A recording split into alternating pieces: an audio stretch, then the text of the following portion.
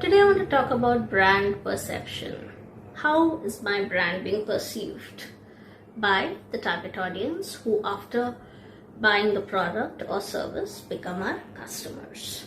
Now, let's start with something as simple as pizzas, Domino's.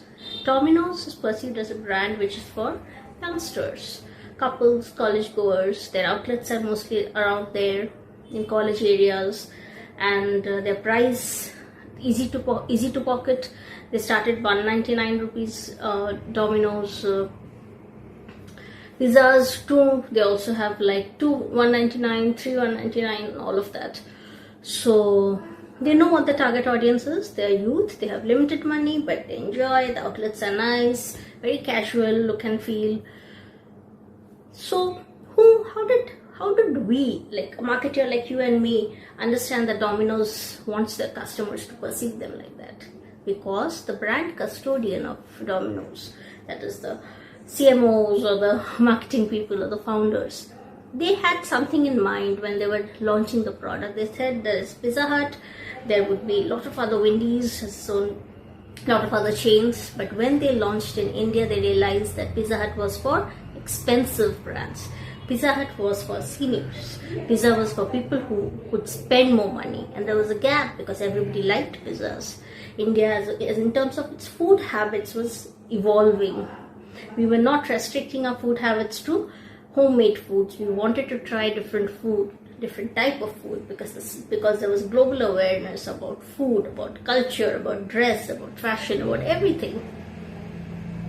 So there was a gap. The gap was college students. The gap was students who would have lunch. They would go out and have lunch. So why not just encash on that white space and create a brand and give the product offering? So this is how you actually determine your brand perception. How do you want your brand to be perceived by your target audience, by your customers? Now, can brand perception be done after the launch? No. Everything is related to each other. I'm launching a brand, I'm launching pizza in a market like India where there are already 2-3 pizza brands. There's Wendy's, Pizza Hut, and now Domino's. So there's already 2-3 brands that are already there, and then of course there are local brands, the local bakeries that also give pizza. Now, if I randomly launch my product, will I get a target audience? Will I get a market? Will people buy my product? I don't know. It was just one among so many others. So brand perception is always derived from where do you want to place the brand? That is, who is your target audience? So when I'm launching a product, first thing I have to define my target audience. Is there a market for my product? We are all here to make money. It's a business. There has to be returns. Is there a market for my product? Is there something in that product that the people will be interested in? That's step one.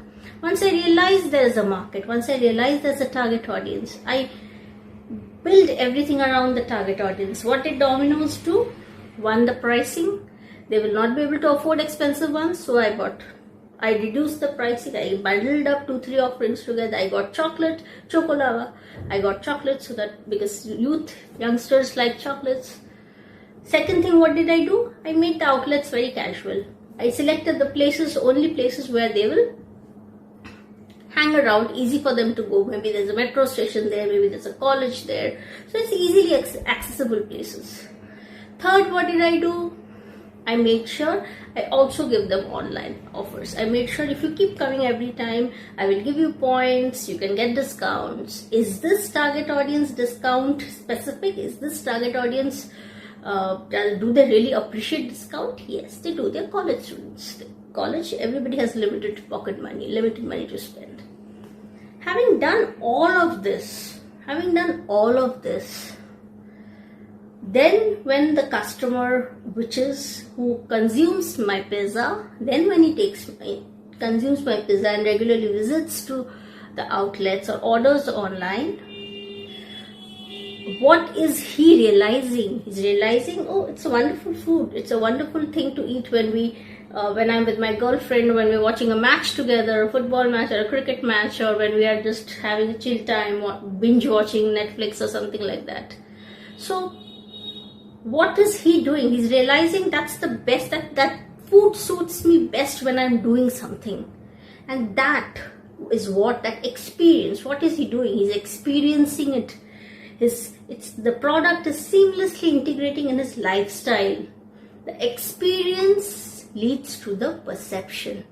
The experience is making him believe, or creating or reaffirming the perception that this food is for college students, this food is for my friend circle, this food, I hardly order pizza for dinner when my entire family is here. I don't do that. Why don't I do that? Because I don't have that fun. It's just not about the pizza, it's also the company, it's also what we're talking about, it's also the mood, right? What is it? Experience. The way he's experiencing what you want him to experience, you through your strategies, which is product, price, place, promotion, through your strategies, through your marketing mix, when you are able to deliver what you want them to experience, only then will the customer's perception of the product will be equal to the brand perception. And that is the success story for all the brands that have tested the times. You have to make sure that you have to drive the customer's experience. You, as in the brand custodian, the owners of the brand, have to drive the customer's experience. And then when they're equal or seemingly equal, what I wanted them to think of my brand and what they're thinking, what they're analyzing from their experience, what they're talking about the brand after experience, it is more or less the same. That means your strategy, your marketing strategy, your branding strategy, your packaging, your promotion, everything is in sync. And that's what leads to brand perception. So I hope it helps. It was a simple example, but it kind of helps you to think through, and you might want to pick up your products, any of your products, and go through that entire line and see if it's making sense. And then maybe if there are loopholes, it will be easier to understand. Thank you. Have a nice day.